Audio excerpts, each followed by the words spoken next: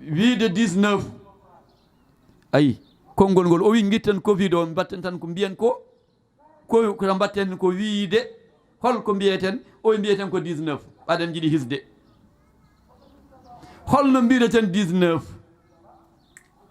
19 ko konnguɗi 19 bisimillah oustas Diarra nanga def alhamdulillah assalamu aleykum wa rahmatullah barakallahu fikum bisimillah ko wiide 19 no duttoɗen ha hande koye ɓurano o janggenten wona 19 woni karfeje basmala ko karfeje 19 ɗum waɗi nde yimɓe dogi 19 kucci e goɗɗum ko wona 19 ay caɗele garɗe mumen ɗum firti ko yimɓe dutto e Allah subhanahu wa taala gonɗina bismillahi arrahmani arrahim gonɗina moƴƴere woni tan koye juuɗe Allah subhanahu wa taala ɗum noon alhamdulillahi rabbil alamin caggal nde joɗen ɗiɗon duuɓi ɗiɗi sabu dogde oɗo rafi biyeteɗo corona alhamdulillahi rabbil alamin nde o gasi corona noon dillini aduna o pop e dendagal leyɗele e laamiɓe leyɗele ɓe fof jii caɗele ɗe ɗum noon alhamdulillah e yurmede Allah e dowuji moƴƴuɓe ɗeɗo gueɗe pop jeehi en mbiyat bandiraɓe jooɗiɓe bandiraɓe tawtoraɓe yewtere nde caggal nde cuɓiɗon ndeɗo toɓɓere wuurde moƴƴere woni huququ zawjati ala zawji hol haqqeji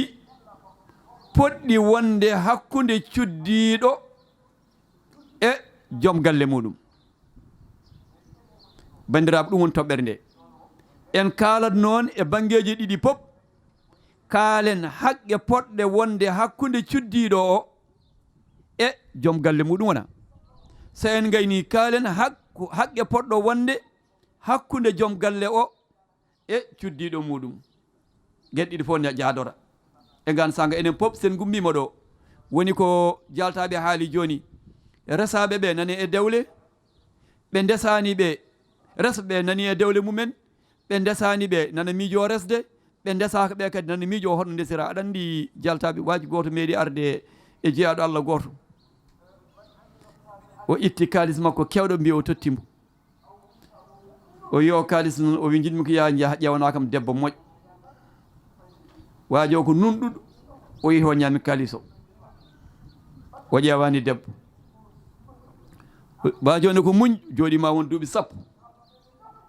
o nelani musidɗo o wi yo ar musidɗo o ari o wi an mi itti kalisam mi hokkima yaya ƴewana kam sohnajo moƴƴo a yeehi a artani artirani kalis o wi mi yaha tan ñammi kalis o wi ko ñamminma kalisam o wi ko namdiɗa kam ko nde jurnimi tawmi ɗum ɗon ine satti dañki mais ƴeewe hikka momo jogori haalde o noon o wi nde jaami ƴewmi rewɓe moƴƴuɓe ɓe pop no potiri nani e dewle mumen kala debbo mo jiiɗani woni e dewgal mum ko debbo moƴƴo aɗa andi ono wawa suɓade on o wi rewɓe bonɓe ɓe pop ceerama andi on kadi ɓaade ko moƴƴo o wiya o wawa suɓade on o wi heddiɓe ɓe ndesaka ɓe noon mi anda jikkuji mumen ɗum waɗi mi suɓaki hen hay goto joni noon en ƴewan ñawore nde en ƴewan ñawore nde ƴeew joni toɓɓere nde ɓe gaddi nde haqqeji poɗɗi wonde hakkude debbo e joom galle muɗum haqqeji poɗɗi wonde hakkude joom galle e joom suudu muɗum e bandiraɓe anna allaha khalaqa annas zukuran wa inasan Allah subhanahu wa ta'ala kanko tagi en enen yimɓe ko yimɓe o tagi ɗo taw khalaqa annasa ay Allah ceerno Allah bawɗo fof reno Allah kala bawɗo kadi hetto gandal e Allah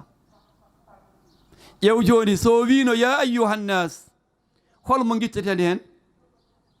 mbiyen hay goto enen fof ko hen jeyɗen moƴƴo o bonɗo o pewɗo o oñiɗo o kamɓe pop julɗo o keefeero o kam fof koye nasen ɓe jeeya a wawi tudden hay goto ɗum waɗi a yi konngol ardi ko halaqa nnasa yimɓe pop o tagi en horo tagi en min abina adama wa ummuna hawwa'u kono ndeke enen pop ummiɗen koye bammen adama alayhi salam e yummen hawa alayha salam ko ɓe goni jignaɓe meɗen kamɓe ɓiɗiɗo noon bandiraɓe ƴewtan gorko so wiyama ina jogui bete debbo so wiyama hol haqqe poɗɗo wonde hakkude ma e joom galle ma ay sa renani ina wawi tawa ñande kumal nde tawto debbo arani walla ñande kumal nde tawto gorko arani walla arnoɓe humde ɓe nde ɓe kooti nde ɓe kalanani debbo o e gorko o holko hutba to hutba o to ƴew joni konngol gotol ya ayyuhannasu ay kadi ɗo kadi ko ya ayyuhannasu o wi holko wiyen ɗon ittaqu rabbakum allazi khalaqakum min nafsin wahida wa khalaqa minha zawjaha kono ƴew joni wa bassa minhuma rijalan kasiran wa nisaa ƴew konngol ngol nanate ngol noon wattaqullaha allazi tasaaluna bihi wal arham sabu inna allaha kana alaykum raqiba ya ayyuha nnas enen fof en naati nder ittaqu ƴew ƴo o wi ko yen kul tawa ko kulol laɓɓinowol hakkude resdirɓe ɓe ay e resdirɓe e wadduɓe ɓe ay wadduɓe debbo o e gorko o e debbo o e gorko o kam fof ɓe naati o ittaqu ay ittaqullah o wi Allah woni takɗo en enen pop min nafsin wahida koye fittandu wotudu gummodi ɗen enen fof koye baba adama alayhi salam walla e baba adama alayhi salam yummen hawa itta e wirgo muɗum bange nano ay kono ƴeew holko jeeyi sababu hawa ine wiye hawa ƴeew hayɗo julɗo foti ƴeew ɗon no feewi nde nani baba adama namda beele nde wo itta e wirgo ma nano koye ɓanduma ummi beele muuseki jagganimo o wi hay hunde mittinani hena po ina weeɓi ina ala caɗele ƴeew joni noon so tawi debbo e gorko ndesodiri haqqeji poɗɗi wondi hakkude mabɓe ɗi timmi tan e gansa wonata ko weluya kono ay so ngakki e gansanga wontata ko fitina kono ƴeew noon gila yummen hawa e bamen adama fof koye weluya wa khalaqa minha zawjaha wa bas minhuma rijalan kasiran wa nisaa woni enen jooɗiɓe ɗoɓe wiyetake hande worɓe kewani wiyetake rewɓe kewani kono heddi noon ko beele rewɓe ɓe e worɓe ɓe haqqeji poɗɗi wonde hakkudeji mabɓe ɗi eɓe jangguitiɗi eɓe ganditiɗi ha ɓe mbawi ummade e martaba ndewagu e martaba goragu ɓe telloyo e martaba neɗɗagu andi ɗon kadi yimɓe ha hande donki ɗum serdude oɗo ko gorko o ko debbo o ko suka o ko mawɗo o ko towɗo o ko joolejo o ko naggam ay ɗum ɗo fof windere nde fof ponno ko geddude ɗum ɓe ƴeewa wonde ndiɗo mbadi holdin wonde neɗɗo ay neɗɗo noon ko neɗɗo Allah sohli ko neɗɗo o kadi Allah haaldata ko neɗɗo o kadi Allah gollodirta ƴeew joni aya qur'an o ya ayyuhal insan ay an insan o ko an Allah wi ma garraka bi rabbika alkarimi allazi khalaqak fa sawwak fa addalaka fi ayi suratin ma sha rakabat yatan ɗum ɗo woni ko Allah waɗani neɗɗo ya ayyuhal ma garrak holko nawi hakkille ma holko nawi ɓernde ma holko nawi ha yettude fotani yettoyade to bi rabbikal karimi joome fewninima joome tedduɗo o waɗima moƴƴo halaqaka fa sawwaka tagima fondima waɗnima foof ha moƴƴi ƴeew joni so neɗɗo wiyama ko tagaɗo pondaɗo ha foti a anda neɗɗo ko tagaɗo pondaɗo ha foti holno gandirta neɗɗo ko tagaɗo pondaɗo ha foti noppi ma est ce que no ɓurdiri Allah khalaqa fa sawwaka ɗon o fondima ha foti gudde kinema o fondi ha foti tonima o fondi ha foti gite ma o fondi ha foti juuɗe ma o fondi ha foti koyɗe ma o fondi ha foti ngal na wawno judde ngal ɗo raɓɓiɗo kono khalaqaka fa sawwaka kadi ko fa adda laka fi ayi suratin ma sharaka bak o rokkima mbadiji pop o wima ya hutoro ne garaten nde goto fof ƴeewi wutte ɓurɗo garɗude e wutteji mum e paɗe ɓurɗe gardude e paɗe mum ɓorini ardi bona ɗum ko haqqille mbo Allah hokkuma ha mbawa suɓorade ɗum noon so neɗɗo yama yo suɓo ko moƴƴi ha wawa dogde ko fewani ɗum no alhamdulillah kama qala taala يا أيها الناس اتقوا ربكم الذي خلقكم من نفس واحدة وخلق منها زوجها وبث منهما رجالا كثيرا ونساء وأمرهم جوني وربن كيوي جونون الله يميري وربه يوبندس الله يميري رewɓe يوبندس ndekete desgol ko yamirore Allah resede ko yamirore Allah ndeke debbo poddo resede o andat ko Allah yamiri yo rese kanko gorko desowo o anda ko Allah yamiri yo res joni non an ka jamirado anne ka jamirado enen dido holko hadi en wawde jodade ganden jamiroje jamireɗen ɗe holno podden wurdirde ha jamiroje ɗe ndewa lawol ngol Allah sohli bandiraɓe ɗum nde woni toɓɓere nde ay wa amarahum bitazwij wa tanasuli liyamuru hadihi l ard bilibadati wal amal aha ɗum waɗi Allah yamiri en yo en ndesodir so yimɓe ndesi kadi yo jibin so jibini yo heew so heewi yoɓe gurnu leydi ndi ɓe pewne leydi ndi ƴeew joni Allah subhanahu wa taala ina wiya en wala tufsidu fil ardi bada islahiha wala tufsidu fil ardi bada islahiha ƴeew mo nanani noon joni holko jogori wiide wala tufsidu fil ardi ndeke min komi leydi an ka leydi debbo ko leydi gorko ko leydi joni noon ɗeɗo leyɗele ɗiɗi no Allah moƴƴiniriɗe ni kanje ɗiɗi so ɗi bonodiri tan ɓe naati e wala tufsidu fil ardi bada islahiha tawɗake ko fewna tawɗa koko moƴƴina tawɗa koko garɗina tawɗa koko yonna tawɗa koko fonda tawɗa koko fof ka tawɗo no feewi ɗum waɗi Allah wiide en wala tufsidu fil ardi bada islahiha ɗum ɗon ko hunde nde ganduɗa julɗo pop ina foti ɗum wurdude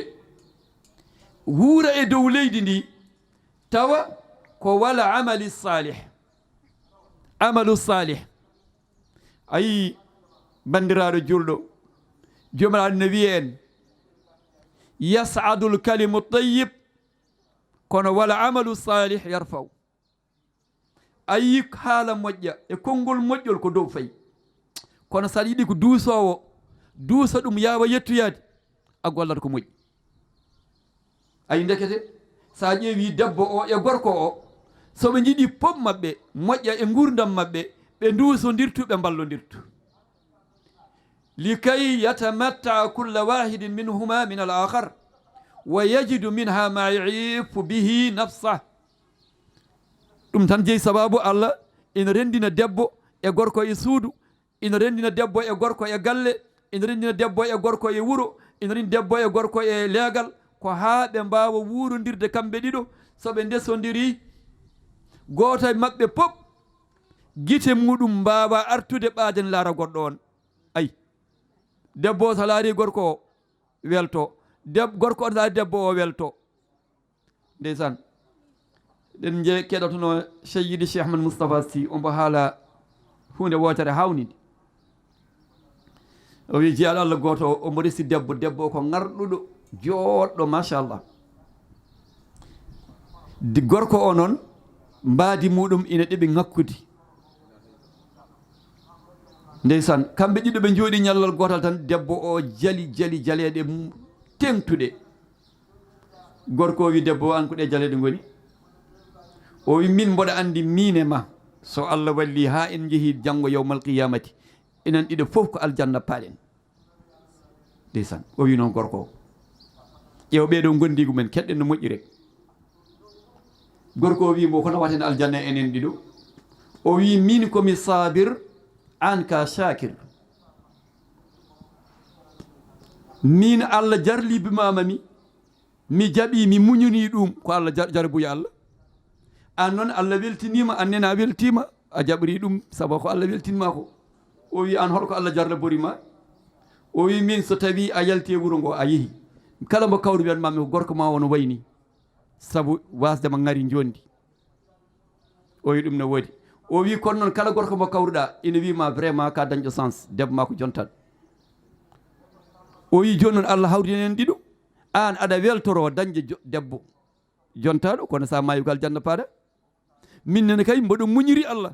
sabu dañde mi gorko mo garɗani min so mayi ko aljanna paami ayi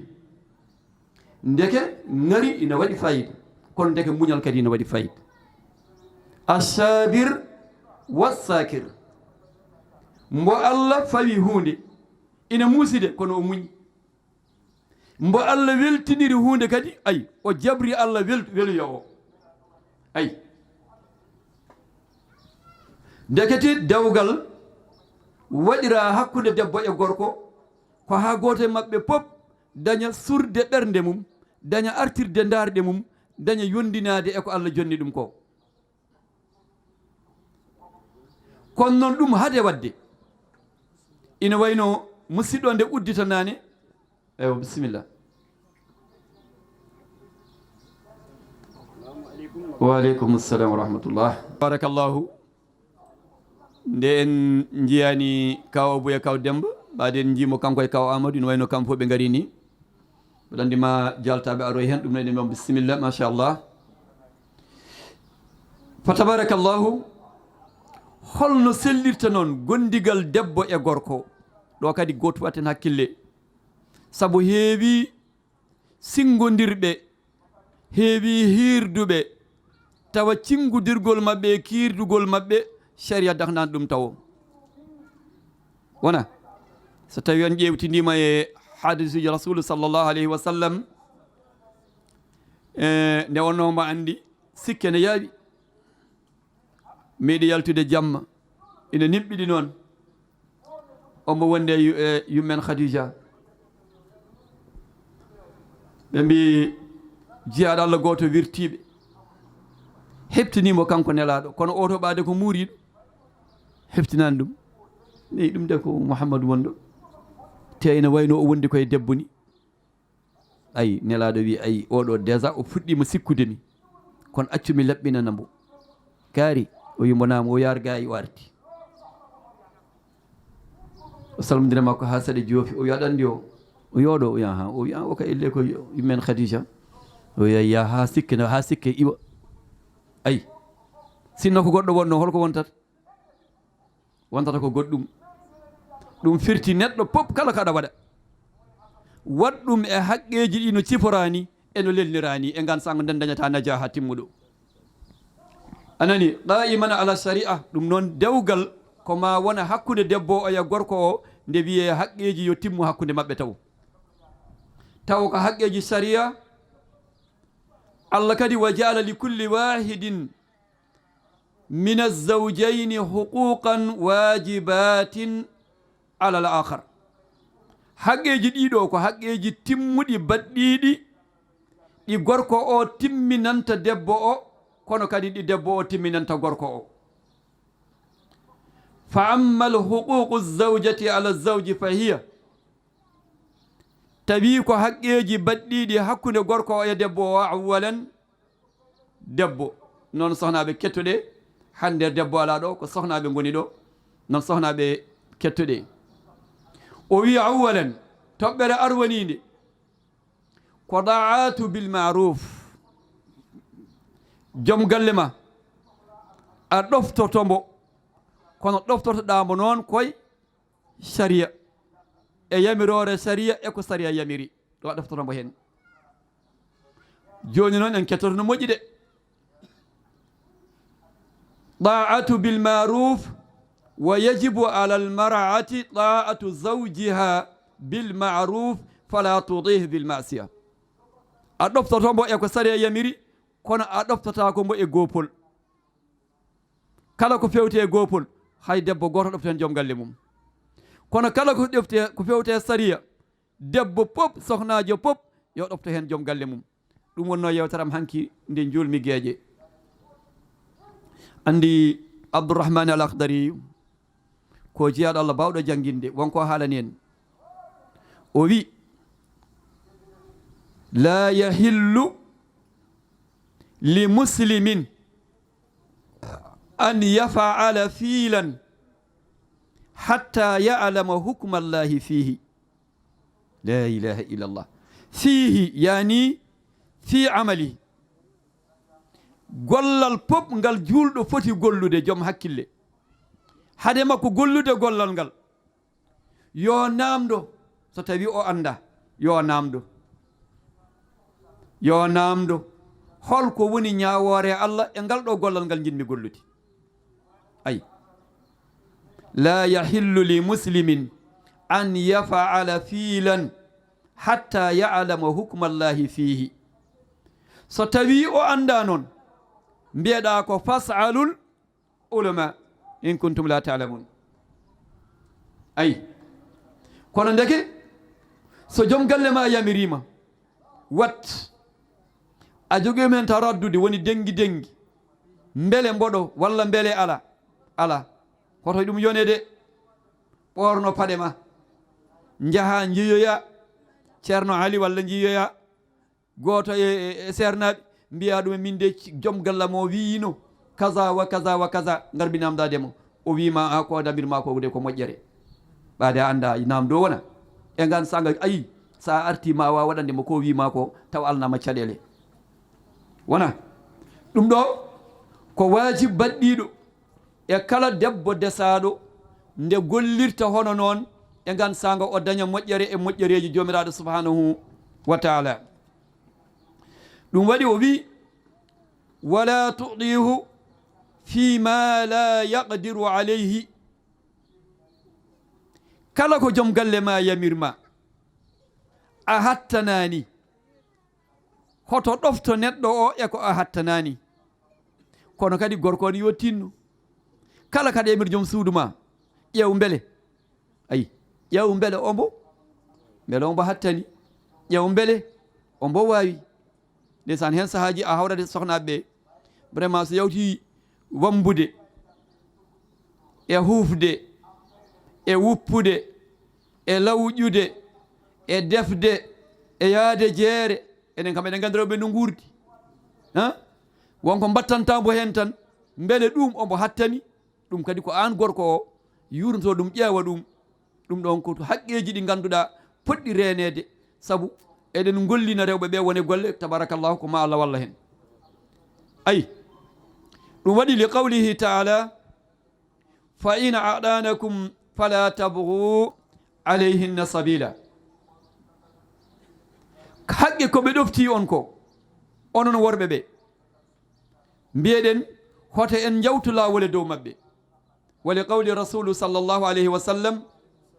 onon sohnaɓe nelaɗo wiide o wi law kuntu amiran ahadan an yasjuda li ahadin la amartu lmar'atu an tasjuda li zawjiha onon sohnaɓe kettoɗe ɗo no moƴƴi o nelaɗo wi somi yamirtuno goto e windere nde yo sujjan goto o wiyangan sanga jamirtumi ko debbo yo sujjan joom galle mum kono ndeke haqqe mawɗo nanɗon mbo debbo foti toppitade hakkude muɗum e joom galle mum qabla kulle sey te ƴew wiya ko sujude dagaki de cujjana hay goto kono o wi somi yamirtuno goto e sujjoɓe yo sujjan goto jamirtumi ko debbo yo sujjan joom galle muɗum kono ndeke won haqqe porɗo kewɗo doole gonɗo hakkude ma e joom galle ma mo poɗɗa timminde an debbo o ɗum wonno toɓɓere arwanire goto e min pop enen suddiɓe ɓe onon sohnaɓe ɓe battonen haqqillaji mon no peewi ndenon gandon so yamirte no sujuudu yo sujjane gooto nelaɗo wi yamirtuno ko debbo yo sujjan joom galle mum toɓɓere ɗimmire nde haqqeji baɗɗiɗi debbo e gorko kettoɗen no moƴƴi noon ɗo kadi noon ko probléme hannde ceerno men ceerno Souleymane Ly o wiyanno butaali walla cammeje walla butaali makka ɗi koɓaka beddoɗa ɗe nder suudu ayi walla mbaɗa nder fawru o ɓurata wawde rende guura e lappaɗi kanji fof walla koɓaɗi kanji fof mbaɗa e sac sa renaka arta tan mbiyeɗa sac gasi e ɓade sokkaka voilà sokkaka sottaka kono so wottama hen ma cokka ko ma cotta ko ma irfa ma jambita ɗon heewi tampere wona kono so tawi fof ko ceeri tan koko joƴƴina sa renaki arta tan mbiyeɗa sac gasi joni noon ƴeewen toɓɓere ɗimmire nde haqqe baɗɗiɗo hakkude debbo e gorko oɗo haqqe ko haqqe poɗɗo toppitade mbattina haqqillaji meɗen min huquqi zawji ala zawja hifzi malihi jawdi joom galle ma hay goto rennaka ɗum so wona an debbo o ko an renna jawdi joom galle ma ayi ren jawdi joom galle ma kormoɗa jawdi ndi ndena ɗum dengol timmugol gueɗal ɗimmal ngal hoto jaab yaltude an debbo o so wona bi isnihi mana la yakhruja min baytiha illa bi isnihi debbo fotani yaltude suudu mum tawa wona e sakkitore joom galle muɗum kon deke ko ma joom galle ma wima yaltu walla mbaynoɗa aɗa yaaha e gan sagade joom galle ma ɗaccinma nde puɗɗa yaade ɗo enen jangguiten ko hiwde arino e jamanu nelaɗo Allah sallllahu alayhi wa sallam debbo goto ɗoftiɗo haqqe joom galle muɗum dokkuɗo joom galle mum haqqe gorko o nde yaltata o wi debbo o mboɗomi yaha mi hokkanima yamirore ya ha nokku ayi Allah waɗi o gorko o ɗannima bammum rafa caggal muɗum ayi bammakko rafa caggal makko omo jooɗi e suudu makko tan ha woodi garɗo wimo ande komi nelanoɗo o wi ko nelal ngal wonno o wi ko bamma woni mo sellani debbo o ko ƴoƴ ɓorni paɗe mum paygal nelaɗo Allah sallllahu alayhi wa sallam o yetti o wiya Mouhamadou o wi mo nam o wi maari o wi ko adduma o wi joom gallam ko ɗanniɗo nde yahata nde noon wi ko hotomi yaltu hotomi yaha hay nokku joni noon nelaɗo ari galle wi babam wona celluɗo komi garɗo noon waynadema walla disnadema holno mbaɗanmi o wi rew yamirore joom galle ma o hoto jooɗi woodi garɗo kadi wimo an mbeɗa tan bamma ko tampuɗo o wi nelaɗo o wi bam de wiyama tampi o wi rew yamirore joom galle ma woodi gartoyɗo wimo bamma hawri e ladial o yeehi o haalnoyi nelaɗo Allah sallallahu alayhi wa sallam nelaɗo Allah sallallahu sallam wimo rew yamirore joom galle ma baba moftoyama yimɓe garti jeyaɗo Allah goɗɗo yi baba o e nder aljanna i an ko adduma ga hen o wi ɗoftade nde ɓiyamo ɗofti joom galle mum nde ko nden ɗoftade addimi aljanna ga degge ndigal ayi ɗoftare nde ɓiyamo ɗofti joom galle mum nde ko nden ɗoftare dey hokkimi nde ɗo moƴƴere ha nanmi e oɗo aljanna ƴewɗo joni won nanowo bamum sellani sa renaki o waɗata hunde foof ɗum noon mboɗo sikki onon kam ma Allah dandoni ɗum inchallah e wala yahruju min bayda illa bi isni wa dhalika ɗum ɗo noon ko konngol jomiraɗo subhanahu wa ta'ala haali e onon sohnaɓe kettuɗe Allah na manta on o wi onon sohnaɓe ina e moɗon ha yetti onon jooɗiɓe ɓe ko hafizatun lil ghaib bima hafiza Allah aɗa andi salihatun no woodi qanitatun no woodi abidatun no woodi taibatun no woodi saimatun no woodi ɓeɗo pop ko ono rewɓe goni e kaldede ƴew debbo so tullima ɗiɗo martabuji kanko hol martaba mbo rerɗata e martaba goɗɗo. eɗen jogii taani men gooto ina wiya ceerno men ceerno Saïdou Bun Nour rahmatullahi aleyhi wa radiya anhu. o suɓini on onon jooɗaade e nder cuuɗi e kursaaji mon e muuraaje mon e kucciɗigol mon funnaange oɗon ndewa Allah ko ɗum ko onon Allah hokki ɗum. ayi ɗum ko onon rewɓe tan Allah hokki ɗum onon jeyi. ayi onon rewɓe jeyi ɗum ko wiyete ko ibada onon tan jeyi ibada dewal Allah jooɗaade e suudu no rewa Allah. o wi gorko kay so tawi goonga gorkaago makko timmi so tawi wiyama subaka gertogal joggi hoto o fat yo hoccu wutte makko o hocca paɗe makko o yalta o faya boowal nde wonno Serigne Cheikh Tidiane Sy wi o wi ɗiɗo moƴƴani e nder galle ñande ñalle e galle fof galle faaɗat. kurjuru oɗon gandi kurjuru de enen mbiyata kurjuru e hol goɗɗum o wiye joom galle ɓe ɗiɗo so tawi yimɓe pini subaka ko kurjuru fittete rofuye wona yaltine galle joom galle hocca paɗe mum yalta galle o ɓeeri kala ñalda galle galle faaɗat. ɗum noon alhamdulillah ɗum noon o wi onon rewɓe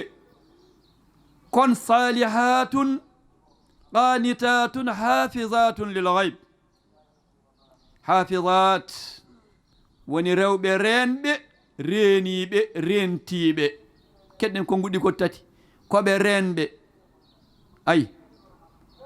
koɓe rentiɓe ayi kadi koɓe reenoɓe dendagal koɓe ndenna. ay debbo ka dennaɗo hoore ma nde gonɗa debbo janano nde ka dennaɗo hoore ma kala mbo jeyaka hen jeyaka hen. ɗum waɗi ay debbo moƴƴo ceerno debbo moƴƴo no moƴƴi galle. jeyaɗo Allah goto mboɗo andi o meeɗi joɗade ñallal gotal o ƴeewi debbo makko o mbaɗɗo mo jarrab o wi debbo komi jiɗɗo rokkudema dande ni kaw ko koy hay hunde kewani komi dokkoma dande tan hankadi mi waɗi ɗum ɗo omo waɗa mo jarrab debbo o wi ɗum noon waɗ feere dokka kam dadam o wi mi rokkima dande ma kala mo kawruɗa e damal galle woni joom galle ma. o wi o wiya o wi bisimilla. debbo naati e nder suudu addi panuji mum wone rendinde haɓɓi ha tiiɗ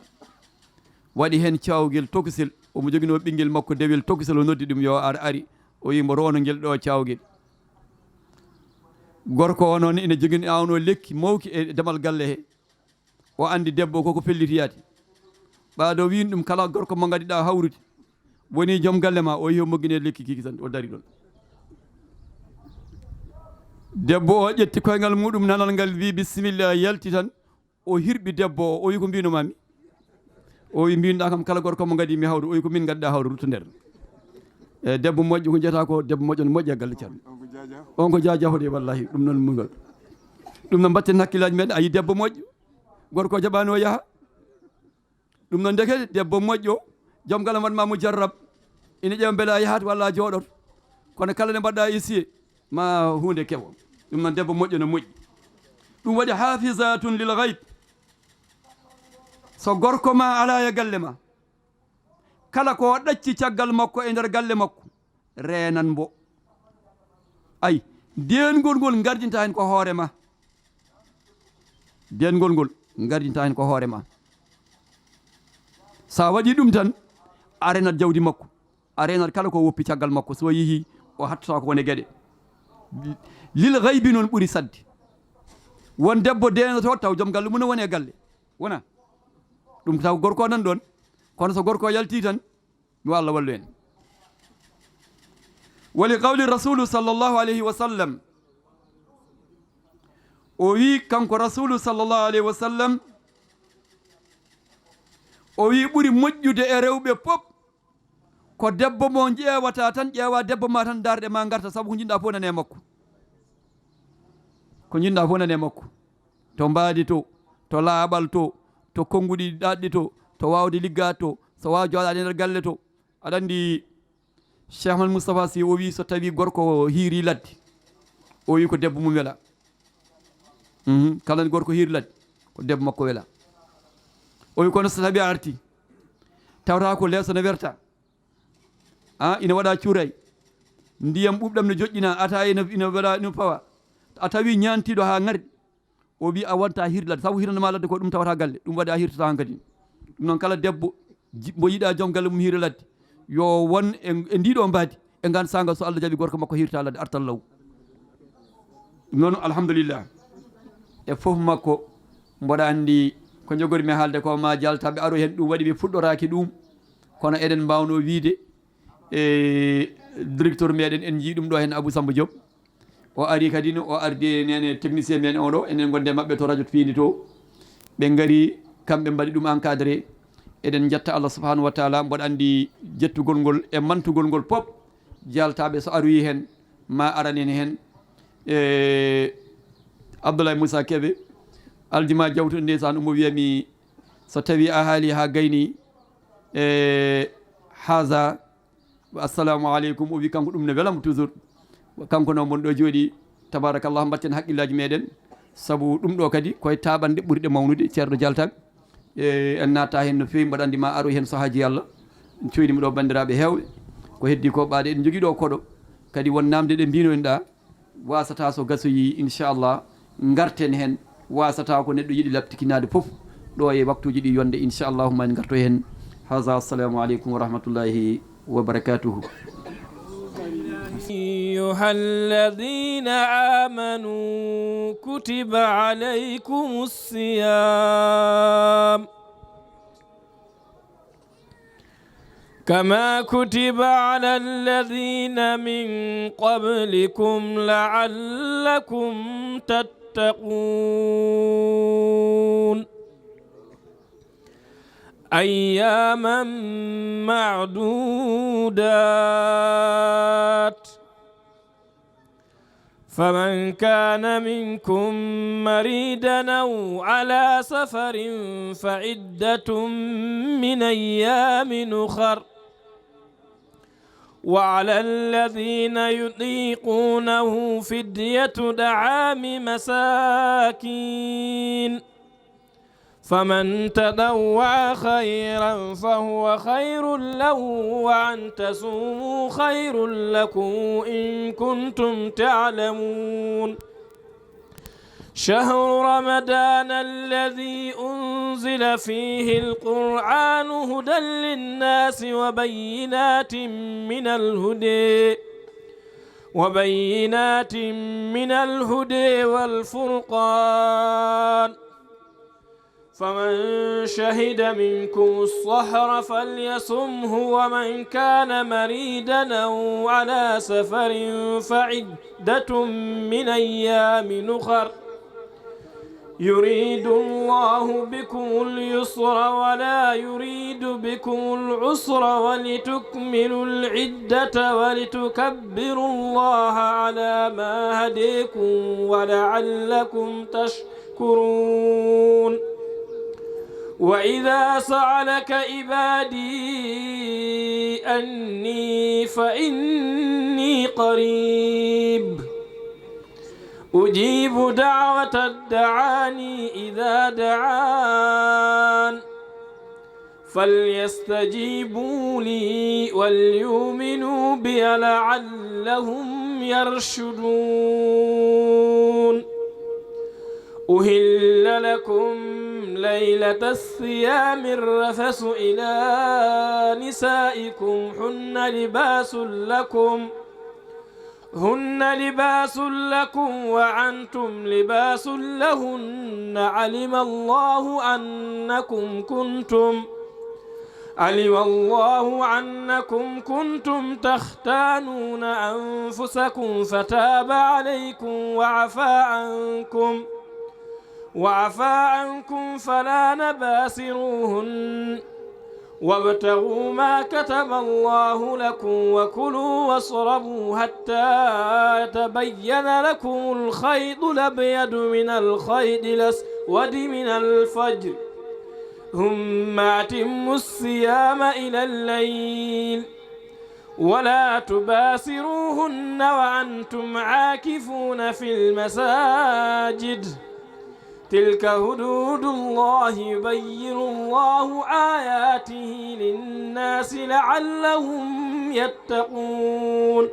أحسن الله عاقبتنا وعاقبتكم وعدانا ما يكفينا ما يكفيكم أضانا الله انتفاعنا وانتفاعكم يغفر الله لنا ولكم ولجميع المسلمين صدق الله العظيم. ويو أنت والله يا محمد أنت مفتاح الصدور أرسلكم على الوالي رحمة للعالمين. ويو قال ربي فادخلوها بسلام آمنين. أرسلكم على الوالي رحمة للعالمين. ويو بسلام آمنين بسلام آمنين بسلام آمنين بسلام آمنين. ويو بسلام آمنين بسلام آمنين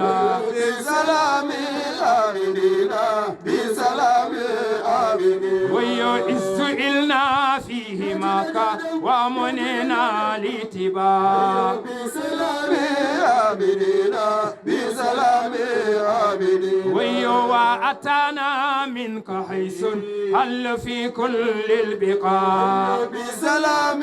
آمنين بسلام آمنين. صلي صلي يا ربي عليه بعد آل الله دا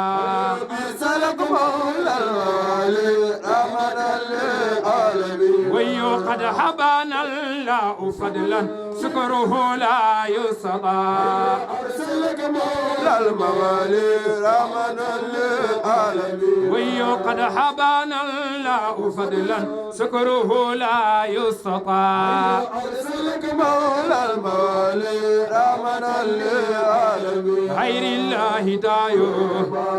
خير الله دايو خير الله دايو مادا خير الله دايو مادا يا محمد مادا يا محمد مادا ورنيرا دو يندر مادا ورنيرا دو يندر مادا جيبينا كوماكا مادا جيبينا كوماكا مادا فيري في مدينة مادا فيري في مدينة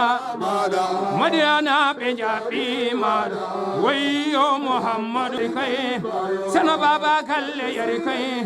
سنة بابا كالي يركاي سرنتو بابا كي يركاي جودة دو بنجركاي جودة دو بنجركاي جودة دو بنجركاي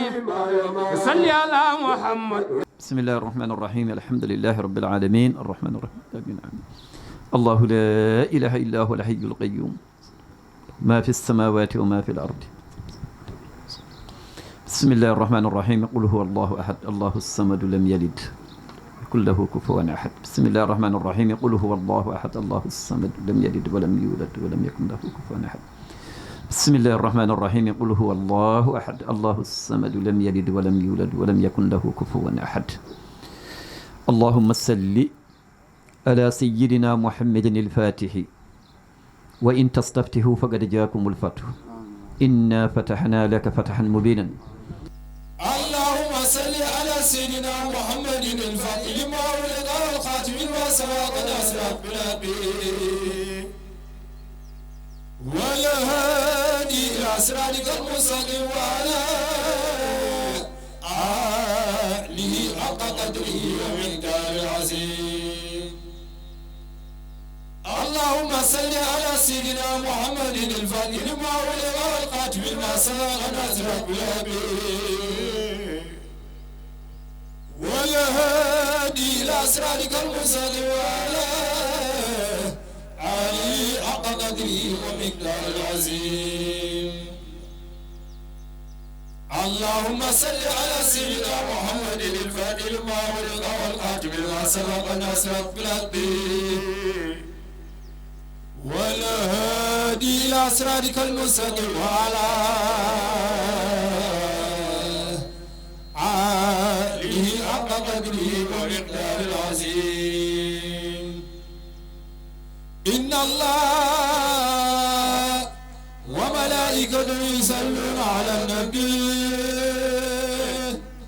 يا أيها الذين آمنوا صلوا عليه وسلموا تسليما صلى الله تعالى عليه وعلى آله وصحبه وسلم تسليما سبحان ربك رب العزة عما يصفون والسلام على المرسلين والحمد لله رب العالمين.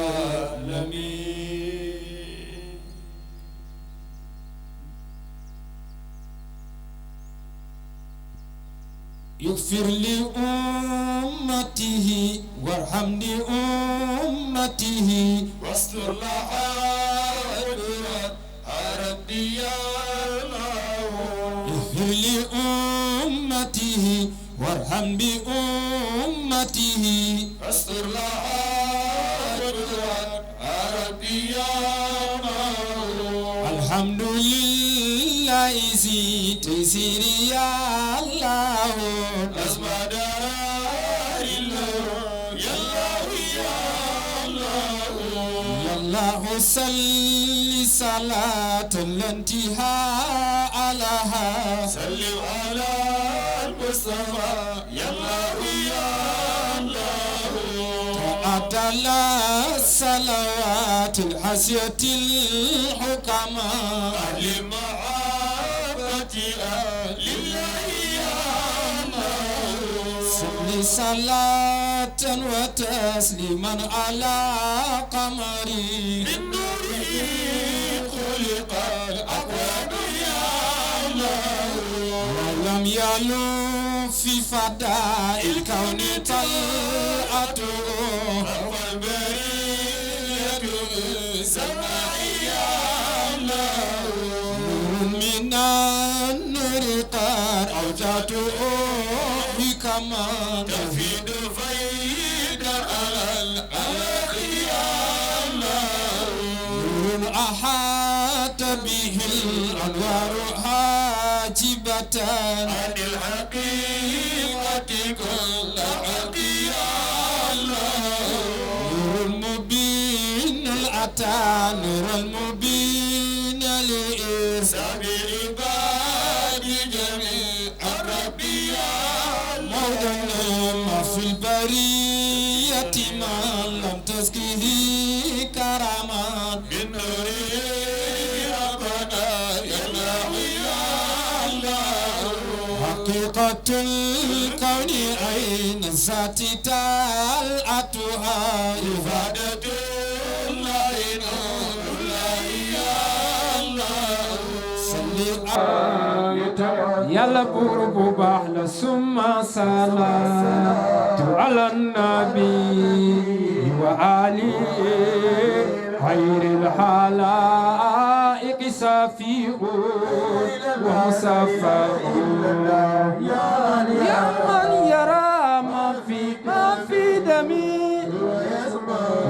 يا الله أنت المعاد لكل ما يتوقع. يا لبورب بحل يا سيخانا يا أحمد تجاني قطب الوجود ونعمة الأكوان. يا سيخنا يا أحمد تجاني قطب الوجود ونعمة الأكوان. يا لبورب بحل يا من يرى ما في دمي يا من يرى ما في دمي ويسمع أنت المؤاد لكل ما يتوقعه. يرى ما في دمي ويسمع يا الله أنت المؤاد لكل ما يتوقعه. يا الله من يرى ما في دمي يسمعه أنت المؤاد لكل ما يتوقعه يا من يرى ما في ضمير ويسمعه أنت المؤاد لكل ما يتوقعه أني سيخ من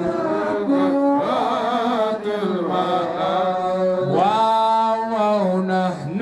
أولاد تجاني من أبوات المعاني نحن أولاد تجاني من أبوات المعاني ولنا منه نصيب فوق حياة الأمان سهل أولاد تجاني سيخ من أبوات المعاني دفلني جماع الخيرات فينا فازا بالمبالي نحن أولاد تجاني من أبوات المعاني سيدنا شيخ جماع الخيرات فينا فازا بالمبالي نحن أولاد تجاني سهل أبوات المعاني وقد دعانا فأجبنا